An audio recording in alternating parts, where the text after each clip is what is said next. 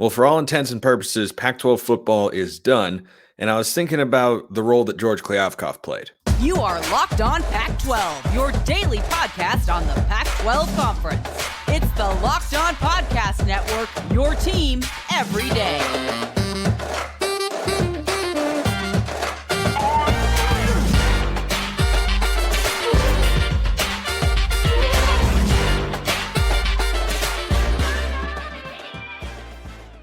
Welcome, everybody, to another episode of Locked On Pac-12. I'm your host, Spencer McLaughlin. Thank you so much for making this your first listen or your first view of the day. Part of the Locked On Podcast Network, your team every day, and your number one source to stay up to date with our media rights and soon to be mostly team-free. But until then, beloved and loaded Conference of Champions. Like, comment, subscribe, rate, review.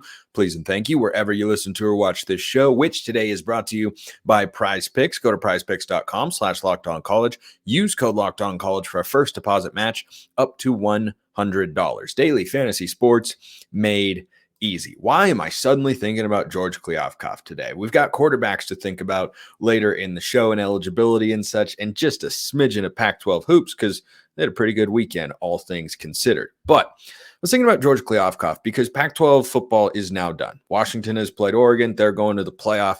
And I'm just thinking about this conference that had not one, but two of the four Heisman Trophy finalists, that has sent a team to the college football playoff, that has had half of its league ranked for most of the year, and then at the end of this season, SEC anti-West Coast bias decided to creep back into the fold and make it so that, oh yeah, there are only four teams ranked in the conference going into bowl season. And we'll see how that plays out. But the coaching carousel, it throws that all kind of up into the air.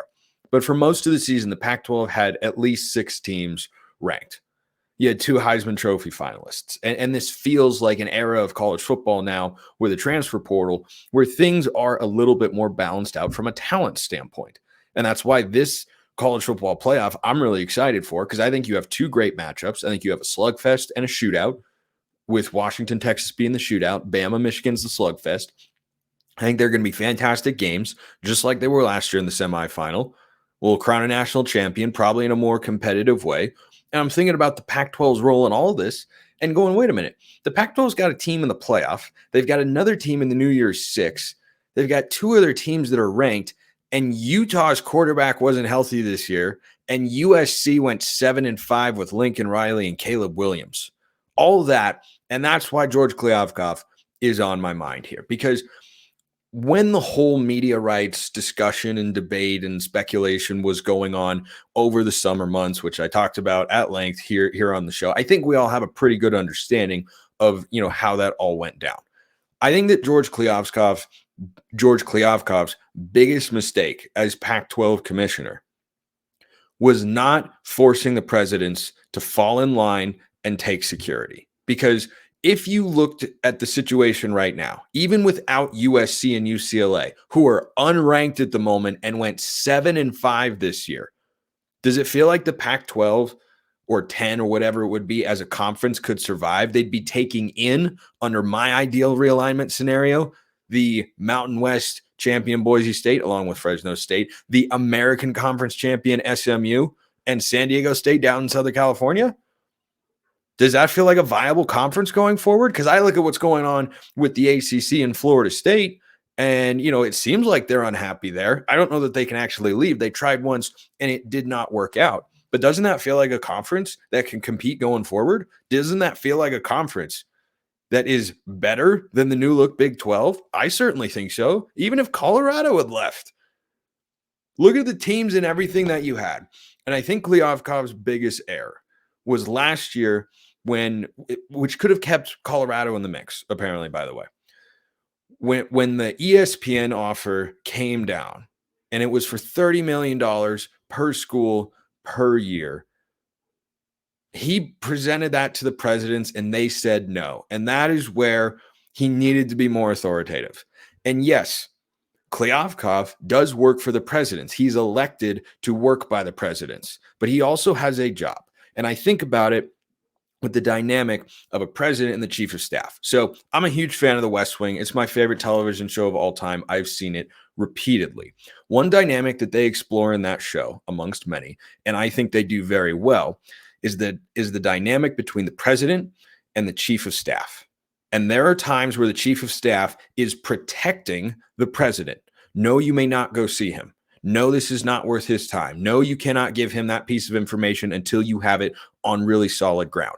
Other times, it is the responsibility of that chief of staff to be more than just a friend to the president and to give him tough love and to sit him down and say, you are wrong. Here is why. And this is what we need to do for the good of X, Y, and Z.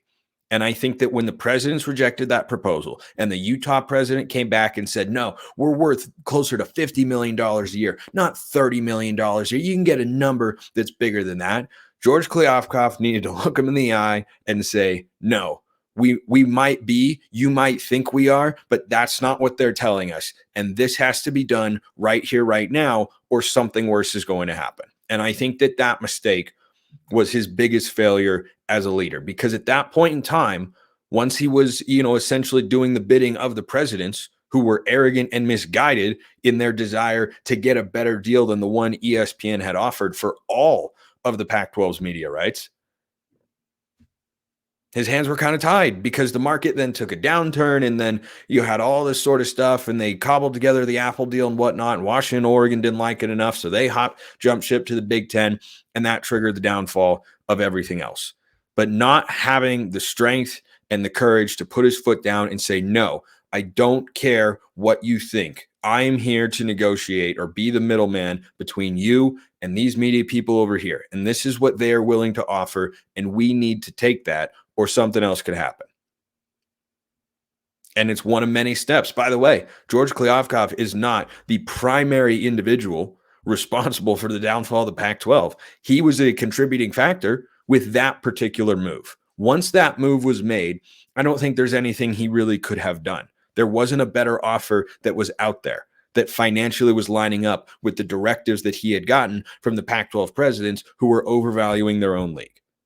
That could not have happened, at least in my opinion. And so I think that the inability for him to get everyone in line, including Colorado at the time, according to what the reporting was, and say, this is what we need to do to stay together as a conference. It may not be enough, but guess what? Who would you rather be right now? The Pac-12, essentially dead, or the ACC? On thin ice, but still above water. I'd rather be the ACC. And no, the ACC doesn't look like a great situation right now either. Their media deal, if it were up for debate or up for negotiation right now, and there were bidders on it, it'd be worth, I think, probably quite a bit more than what their current deal actually is, which goes for another 13 years. And Florida State wants to get out of it. The Magnificent Seven wanted to get out of it and everything. But I was just sitting thinking about the Pac-12 actually being done, how we got here. And yeah, the presidents, for various reasons, were the primary culprits in getting us into this horrible situation. And some were certainly more responsible than others. You can look at Fox, and you can look at USC, you can look at the Big Ten, you can look at George Kliavkoff, all that sort of stuff. It started with the presidents. Their inability to see the landscape appropriately and accurately put the Pac-12 in a dire situation. But George Kliavkoff, in that particular action, he could have saved the league. And I was someone who, during the media rights talk, negotiations and whatnot and speculation period, I was a defender of George Kliavkoff, only in the sense that I was waiting to reserve judgment until the media deal came about. Well, he gets an F, and it was really just the one decision because I think he found really the best and only deal that was available after the initial one was turned down. I think his failure came well before that. Wanted to get that off my chest. I feel like many people might very well agree. It didn't have to be this way, and yet it is. This great conference that just had such a great season is no more. Oregon State is currently, top 20 in the college football playoff rankings? They're playing Notre Dame in the Sun Bowl, and they don't have a home. Make it make sense. It just doesn't. eBay Motors makes sense, though, because passion, drive, and patience, what brings home the winning trophy, is also what keeps your ride or die alive. eBay Motors has everything you need to maintain your vehicle and level it up to peak performance, which is what quarterbacks can do, as we'll talk about in a moment. From superchargers, roof racks, exhaust kits, LED headlights, and more, whether you're into speed, power, or style, eBay Motors has got you covered. With over 122 million parts for your number one ride or die. You'll always find exactly what you're looking for. And with eBay Guaranteed Fit, your part is guaranteed to fit your ride every time or your money back. Because with eBay Motors, you're burning rubber, not cash. With all the parts you need at the prices you want, it's easy to turn your car into the MVP and bring home that win. Keep your ride or die alive at ebaymotors.com. Eligible items only. Exclusions apply. eBay Guaranteed Fit only available to U.S. customers. Quarterbacks. That's all the rage in the transfer portal. Why? Well, it's the most important position, not just in football, but in all of sports. It matters a great deal. And there are a lot of options out there. And transfers, by the way, those two Pac-12 Heisman finalists I mentioned, both transfers. One from the Big Ten, Michael Penix, one from the SEC, Bo Nix. Caleb Williams, the winner last year, transfer from Oklahoma. This is why this stuff gets so much attention and gets talked about so often. And it's because it matters a great deal and affects not just an individual team season, but also the greater landscape of college football. So three names to watch for here. And there are a couple that I've mentioned before here on the show. So one of them is Taylon Green, who was the quarterback for the last couple of years at Boise State. Big guy, has played a decent amount of football in his day. He is mobile. He's got a huge arm. He's a really good athlete. He's not always the most accurate guy in the world. Think like a poor man's Anthony Richardson. That's what Taylon Green is. Now, the curious thing about Mr. Green is that he played high school football in Louisville, Texas. Oh, by the way, do you know who else played there? This guy by the name of Damian Martinez, who will not be participating in Oregon State's bowl game because of an off-the-field incident, but is fully expected to be on Oregon State's roster come 2024. I am still anxiously awaiting their schedule announcement. I want to see who they're playing and when. It will be fascinating, and I will definitely talk about it here on the show, but we haven't seen that just yet. But Oregon State, presently, does not know who their starting quarterback would be for 2024. It's going to be Ben Gulbranson for the bowl game against Notre Dame, which I'm just fascinated to watch. Trent Bray's not coaching in that one. He's out recruiting, put together a staff and everything like that. But I think that for the Beavs, there are a number of different directions that they could go. So Taylon Green, the tie to Damian Martinez, I can see it. I can absolutely see it. Green has played against Oregon State, did so last year when the Beavs hosted them in Corvallis, and I think we're up 24-0 at the half. It was a really good performance by Oregon State. I bring that up to say that Green likely has a positive impression of, wow, that environment at Reser is great. Wow, that Oregon State team's pretty good. Hey, I went against that defensive coordinator who's now their head coach. That guy was pretty darn sharp, which he is. So Taylon Green is a name to monitor there. I haven't really heard or seen or read anything with regards to where he might be leaning, but I think that name is an interesting one to say the least. This name's been flying under the radar, and I'm really, really curious where he could end up going. He's visiting BYU. His name is Braden Shager. Braden Shager was the quarterback at Hawaii this season, and that's a guy who is really interesting to me because at the Mountain West level, he was productive this year. Do I think he's got the capability of stepping it up? Maybe not to a high-level Power 5, but to a lower level, like a newly minted Power 5 team like BYU? Yeah, I think Shager could be in there. I've mentioned those two guys before, though. They have not yet found homes, at least as far as I am aware. I'm doing a quick Google search of Taylon Green just to be sure. But it does look like he recently took a visit to Arkansas. Still, I would not rule out Taylon Green going to one of our new Pac-12 schools, if that's what we're going to call them.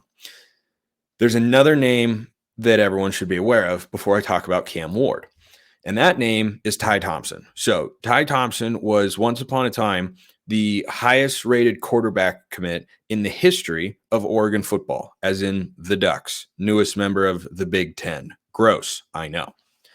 He was one of the crown jewels of the 2021 recruiting class that was the highest rated in program history under then head coach Mario Cristobal. He stuck it out as Cristobal departed for Miami. He has been sitting behind Bo Nix for the last 2 years. He's in the transfer portal. He's got 2 years of eligibility. I think there are a couple of logical spots for Ty Thompson to go. Number one, Arizona State. He's a Gilbert, Arizona native, first of all. And second of all, he played last year, albeit as a backup quarterback, under now Arizona State head coach Kenny Dillingham. And I'll just say I've heard rumblings about Jaden Rashada potentially ending up elsewhere down there. So that is certainly a possibility. Now, is that the only potential landing spot for him? I don't think so, no. He is an unproven commodity at some level, at most levels, frankly. His numbers this year were very good. He went 24-31. He had almost 300 passing yards. He had, I think, 4 touchdowns and a pick and completed that's 77% of his throws. Now, he was in mop-up duty, but last year, I can tell you, when he came into the game, it was not as good. And he looks like a significantly better version of himself. He is 6'5". He's got a huge arm. He's got a good release. And when he delivers an accurate football, it looks really, really impressive. And that's a guy who learned from Bo Nix for 2 years under a couple of good offensive coordinators in Kenny Dillingham and Will Stein, who was a finalist for the Broyles Award this year. That's a guy who is going to garner some interest. How much and where? Not sure. But could he fit at either Washington State or Oregon State? 100%. Because if you're Oregon State, do you want someone who's going to come in and, be solid, be serviceable? You might want to have that option available in the event that Ty Thompson isn't the Power 5 capable starter that he showed the potential to be in the limited action he did see this year. But that is a guy who, frankly, I think could remind you very much of DJ Uiagalelei, perhaps with a tad more refinement. Not as experienced. There may be some growing pains to his game. In fact, it's almost assured that there will be. He's been in college football for 3 years, but he has 0 career starts, and that is certainly the drawback. The upside is very great. I think the downside is also pretty high. I think it's a high ceiling, low floor move. But it is interesting to say the least. So I think that either of those schools, Oregon State or Washington State, could be a fit. I think Wazoo is a slightly better fit. The way that they moved their quarterback, Oregon State ran the quarterback a pretty good amount this year. And Ty Thompson can move. I think he's got an athleticism that rivals DJ Uiagalelei. But if he went up to Washington State, I could see him fitting up there. I could see him working down at Oregon State. I think he's a little bit more spread capable. He doesn't have any reps, in the few snaps he has taken in college football, operating under center. But I think that that's an interesting name to watch for nevertheless. And we're going to continue following the quarterback carousel. If you got any questions about it, drop them in the YouTube comments or hit me up on Twitter at Smalls_55 or at LO_Pac-12. I find this stuff to be highly fascinating. Speaking of fascinating, Cam Ward has got a lot of potential suitors. He's not going to Oregon because they've added Dylan Gabriel. There have been rumors about Ohio State. There have been rumors about Miami. I think there's been a Florida State and Auburn rumor mixed in there once upon a time. I don't think anyone has a great feel for where he's going. The most interesting rumor, and it is very much a rumor, it doesn't feel like it's a primary option, would be Washington. If Cam Ward went to Washington, he might lose favor with Cougar fans really quickly. I wouldn't exactly blame them for that. If Ty Thompson went to Oregon State, Oregon fans like myself, I'll be rooting for him wherever he goes. But if Cam Ward went to Washington, boy, I don't think that would go over well in Pullman. I don't think that's going to happen. It appears their top target is Will Rogers, the Huskies, that is. But Cam Ward is a guy who has got just such immense potential. I'm a huge Cam Ward fan. By the way, I wanted Oregon to get Cam Ward more than I wanted Dylan Gabriel. I think that Ward is a fantastic talent, definitely needs a little bit of refinement, but if you can give him a better team around him, I'm sorry, Washington State, but they went 5-7 this year for a reason. Cam Ward was not always perfect. I completely agree. I think Cam Ward is very, very similar to what Bo Nix was when he was at Auburn. I also think if you go check out PrizePicks, you're going to have a really good time because they're the largest daily fantasy sports platform in all of North America, which is amazing.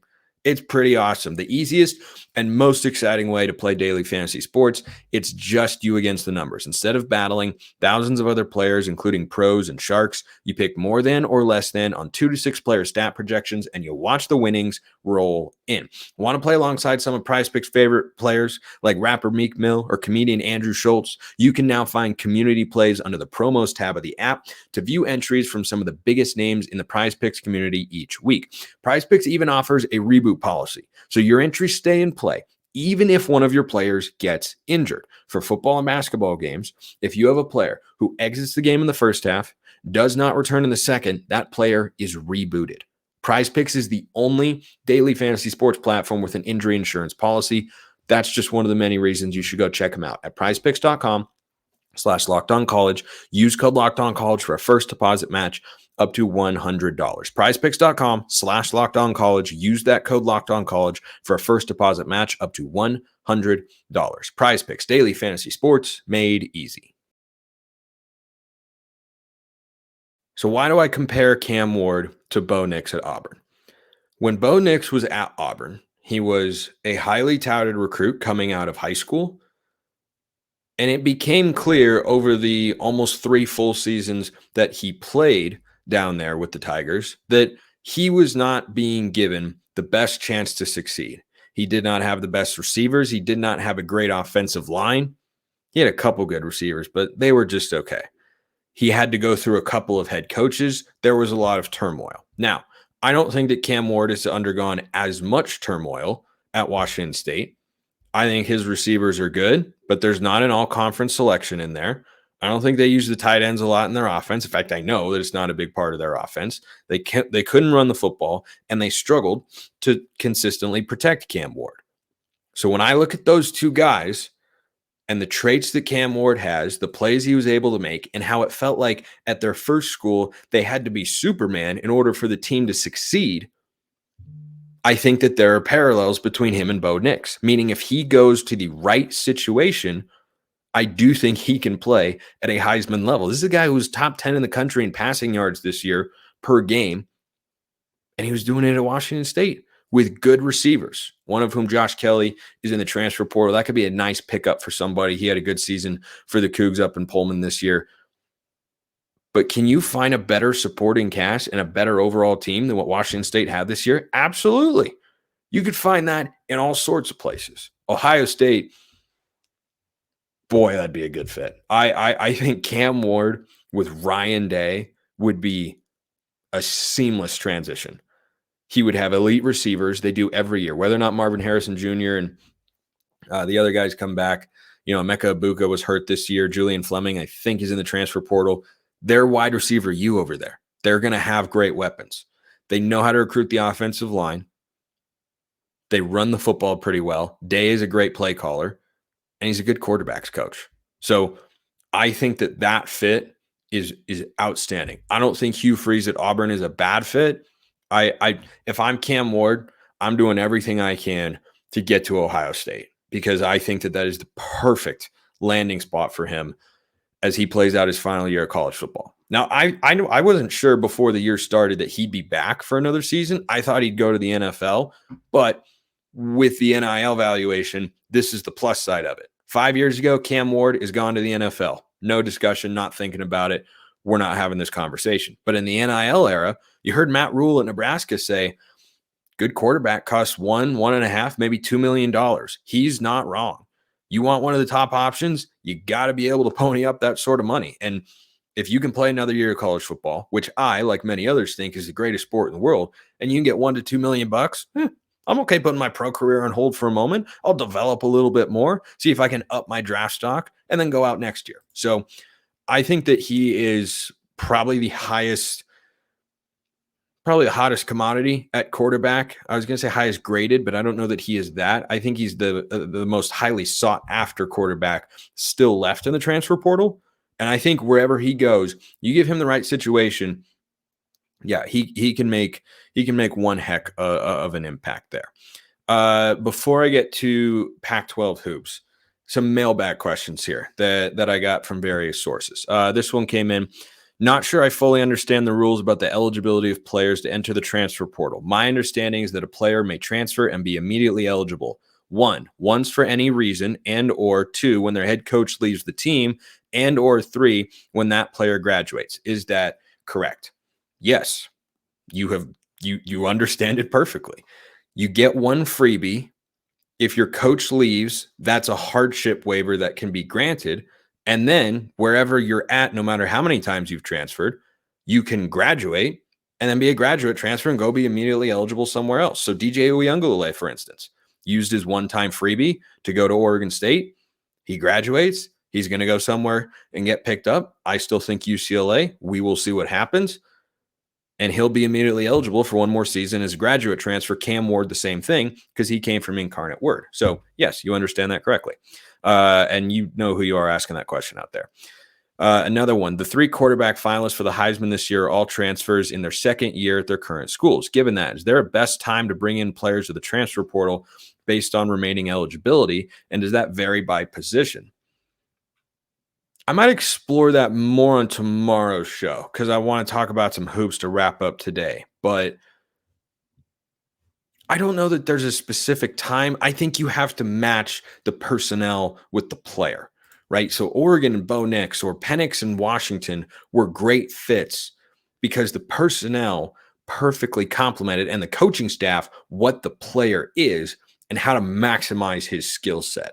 So I'm going to go into that more because I think there's a lot more to that question than when I originally wrote it down in my notes for the show. But that's a great question. I'll give you more on that tomorrow. But I want to close today with some Pac-12 hoops because Pac-12 basketball is also playing its final season. So there are still, Pac-12 matchups, which includes USC. Bronny James made his debut against Long Beach State. They were playing a heck of a game, by the way. They were playing a game that went into overtime. I did not see the final score. I was going to check it right now because it had not gone final. But the Pac-12 had one heck of a weekend on the old hardwood. Ooh, Long Beach State spoiled Bronny James' debut. Oh boy, 84-79. The final score there. James had 4 points in 17 minutes. Not surprised. He's coming back from a pretty scary health situation and easing into it and such. But Colorado beat number 15 Miami. That was just on Sunday. On Saturday, number 1 Arizona beat 23rd ranked Wisconsin by 25 points. Washington, I got to take a little bit of credit for this one. I didn't make an outright prediction here, but I did get a mailbag question about, hey, what do you think about Washington? Do they have a chance against Gonzaga? I said, yeah, I don't think this is the best Zags team I've ever seen. I went to Santa Clara, which is a West Coast Conference school. I've watched and followed Gonzaga basketball very closely for the last several years. And I never thought this was the greatest team. And there was a big opportunity for Mike Hopkins, and he was at home, and I knew they were going to pack the place, and they did. And Washington played very well and beat number 7 Gonzaga 78-73. Arizona State got upset by San Diego, though the Toreros are off to a good start this season. Oregon won big, but the other big game really was that Utah beat number 14 BYU. So that's 1, 2, 3, 4 top 25 wins in one weekend for Pac-12 basketball. And look, football went out with a bang, right? Best the conference has been in a decade. Got a team to the playoff for the first time in 7 years. 2 teams playing in the New Year's Six. Had half the league ranked for most of the year. It was all there. Maybe Pac-12 basketball is lining up to do the same thing, to give us that same tease of, oh, by the way, you know how this thing's going away? Yeah, it never really needed to. It is, but it didn't have to. It's still early in the year. We haven't even turned over to conference play yet, but the early returns in the non-conference slate for the Pac-12, not bad so far. There have certainly been a couple of losses you don't love.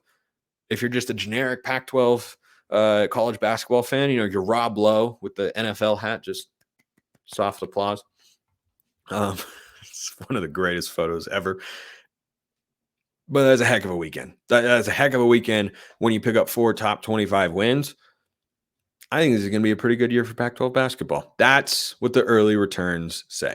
Appreciate everyone listening. I'll see you next time. Until then, I hope you have a wonderful rest of your day.